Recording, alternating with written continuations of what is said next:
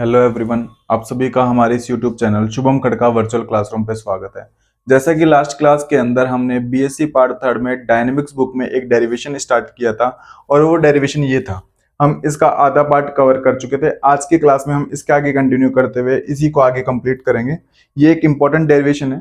इसके साथ ही यदि आप में से हमारी क्लास के अंदर कोई नया है तो हमारी वीडियोस को अपने फ्रेंड्स के साथ शेयर करें और साथ ही हमारे चैनल को सब्सक्राइब करें। ये जो डेरिवेशन था ना, ये ऐसे बोलता है कि आपके पास कोई एक पार्टिकल है। आपके पास कोई एक पार्टिकल विराम अवस्था से नीचे की ओर क्या होता है, गिरता है। तो मैंने मान लिया कि वो ओ पॉइंट से गिरता है। एम द्रव्यमान का मास का कोई एक पार्टिकल है जो टी समय बाद में बिंदु पी पे पहुंच जाता है।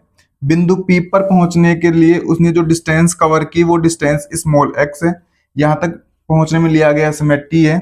बिंदु पी पे इस पार्टिकल की वेलोसिटी स्मॉल वी है।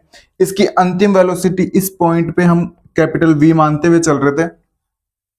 इसके साथ ही हमने ये देखा था कि जो प्रतिरोध है ना, वो इसमें वेग के समानुपाती रहता है। तो जो प्रतिरोधी बल लगता है वो तो लगता है एम के वी, और नीचे भार के कारण जो बल लगता है वो कितना लगता है, एम जी लगता है। ये हम पिछली वीडियोस के अंदर समझ चुके थे कि ये किस प्रकार से है। यदि कोई क्लास के अंदर नया है तो पहले प्लेलिस्ट के अंदर जाके इसका पार्ट फर्स्ट देखें, उसके बाद ही आपको ये आगे क्या आएगी, समझ में आएगी। हम इसके अंदर ये देख रहे थे कि टी समय पर कण की गति की समीकरण निम्न होगी।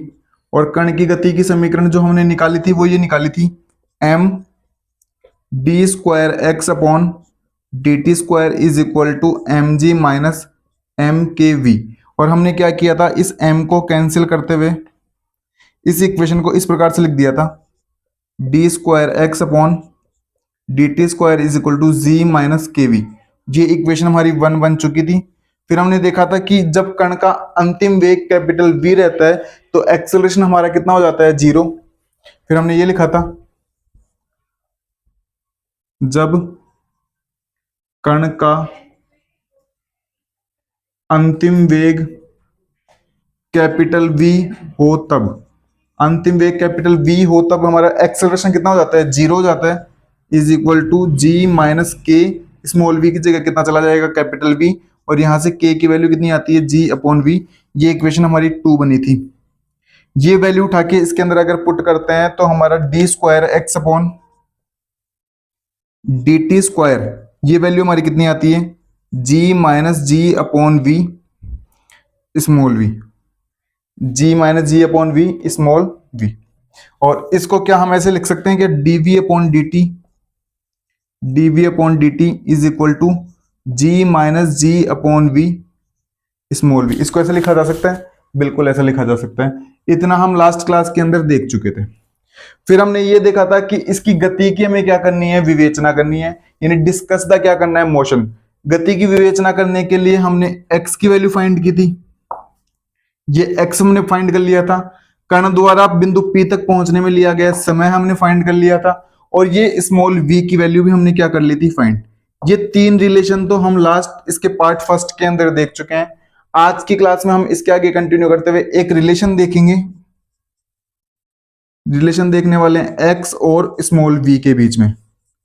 किस किस के बीच में रिलेशन देखने वाले हैं, एक्स और स्मॉल वी के बीच में हम रिलेशन देखने वाले हैं। यदि यहां तक आपको किसी को दिक्कत है तो आप पूछ सकते हैं। पहले प्लेलिस्ट के अंदर जाके फर्स्ट वीडियो देखें और फिर यहां तक पहुंचे, आपको बड़ी आसानी से क्या आएगा, समझ में आएगा। अब चलते हैं आगे की तरफ। यहां तक सब ठीक है। अब देखो इधर, ठीक है, तीन रिलेशन हम कर चुके हैं। अब ये एक रिलेशन फाइंड करेंगे एक्स और स्मॉल वी के बीच में।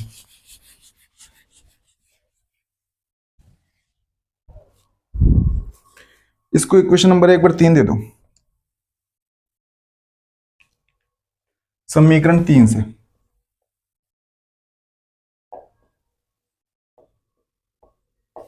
समीकरण 3 से क्या, समीकरण 3 को ऐसे लिखा जा सकता है क्या,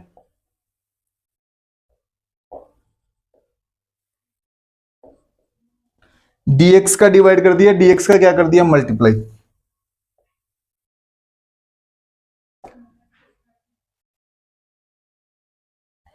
यहां तक सब ठीक है। इस dx अपॉन dt को क्या मैं स्मॉल v लिख सकता हूं? बिल्कुल लिख सकता हूं।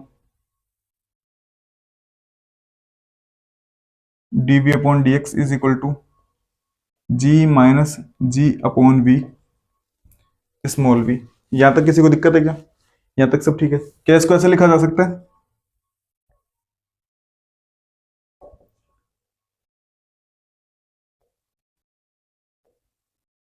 इसको ऐसे लिखा जा सकता है? बिल्कुल लिखा जा सकता है। क्या इसको ऐसे भी लिखा जा सकता है?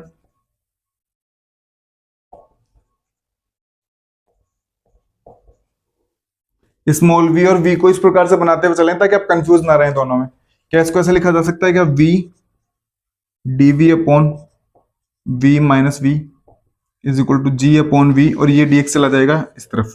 इसको इक्वेशन नंबर एक बार के लिए देते 4। तो हम x t और स्मॉल v तो निकाल चुके थे। अब x और v के अंदर हम क्या देख रहे हैं? रिलेशन देख रहे हैं दोनों तरफ का समाकलन करने पर।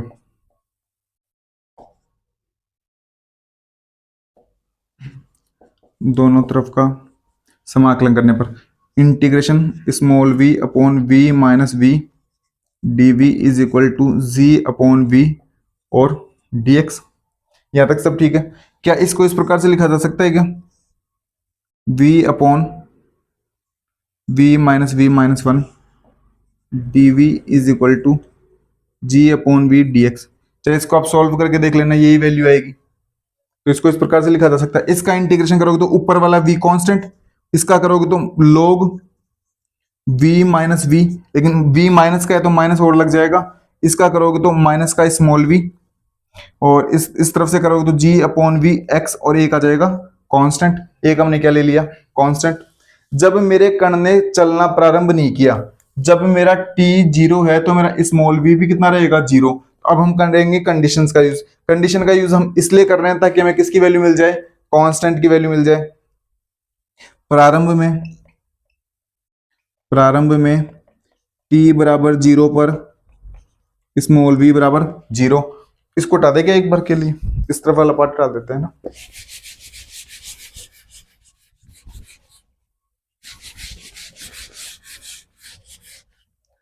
तो पुट करो, यहाँ पे 0 तो 0, यहाँ पे 0 तो 0, यहाँ पे 0 तो 0, तो कितना बचेगा?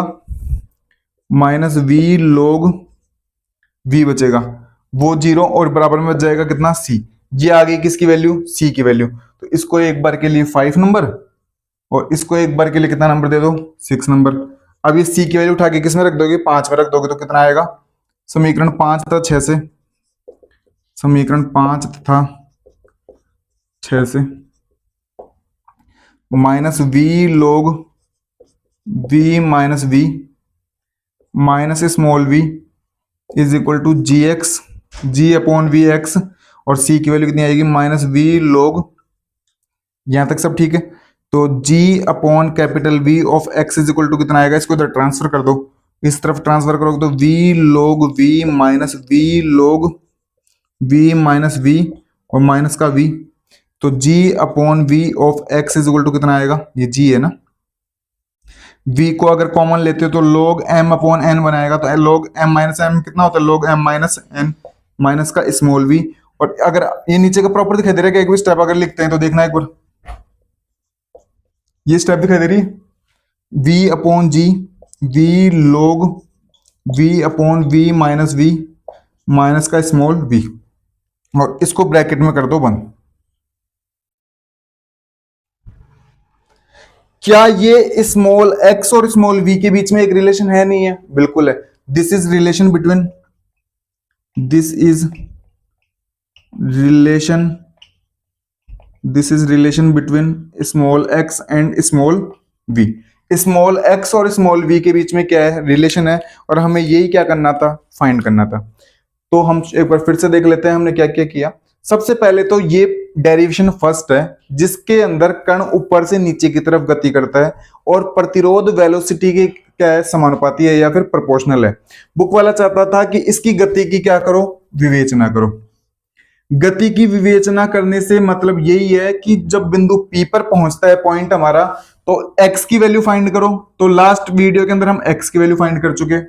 बुक वाला चाहता है बिंदु पी तक पहुंचने में लिया गया समय फाइंड करो, तो हमने समय फाइंड कर लिया। बिंदु पी पर जो वेलोसिटी थी वो फाइंड करो, तो हमने वो भी फाइंड कर ली। फिर बुक वाला चाहता है कि आपके बुक में एक्स और वी के बीच में भी मैंने एक रिलेशन दिया हुआ है, तो एक्स और स्मॉल वी के बीच में एक रिलेशन फाइंड करो। तो इस वीडियो के अंदर हमने स्मॉल एक्स और स्मॉल वी के बीच में रिलेशन भी क्या कर दिया, फाइंड कर दिया। मतलब कुल मिला के हमने दिए गए डेरिवेशन या दिए गए पार्टिकल की गति की क्या कर दी, विवेचना कर दी। नेक्स्ट क्लास के अंदर हम एक डेरिवेशन देखने वाले हैं जिसमें हमारा पार्टिकल ऊपर से नीचे की ओर ही गति करेगा, लेकिन उसमें प्रतिरोध वेलोसिटी के स्क्वायर के प्रोपोर्शनल होगा। वेलोसिटी के स्क्वायर के क्या होगा, प्रोपोर्शनल होगा। या फिर हम वो दूसरा डेरिवेशन भी देख सकते हैं जिसमें हमारा पार्टिकल नीचे से ऊपर की तरफ क्या करेगा, गति करेगा, यानी पार्टिकल को नीचे से ऊपर की तरफ क्या किया जाएगा, फेंका जाएगा। तो हम कोई सा भी एक डेरिवेशन देख लेंगे। मैं उम्मीद करता हूं कि आपको ये डेरिवेशन समझ में आया होगा। आप फर्स्ट वीडियोस को देखते हुए यहां तक पहुंचे, आपको बड़ी आसानी से ये डेरिवेशन समझ में आएगा। आप इसी प्रकार लास्ट तक हमारी वीडियोस के साथ बने रहें, जिससे हमारा मोटिवेशन बना रहे। आप सभी छोटे भाई बहनों का धन्यवाद। Thank you.